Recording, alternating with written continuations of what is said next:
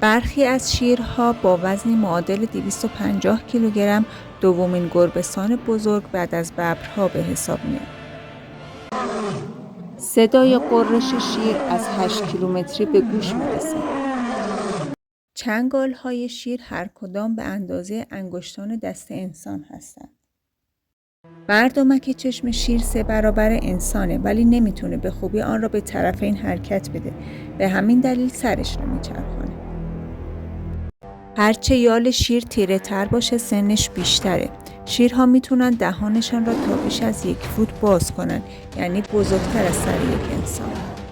این شیرهای ماده هستند که 90% از شکارها را انجام میدهند. تعداد مجسمه‌های شیر در جهان از تعداد شیرهای زنده بیشتر است.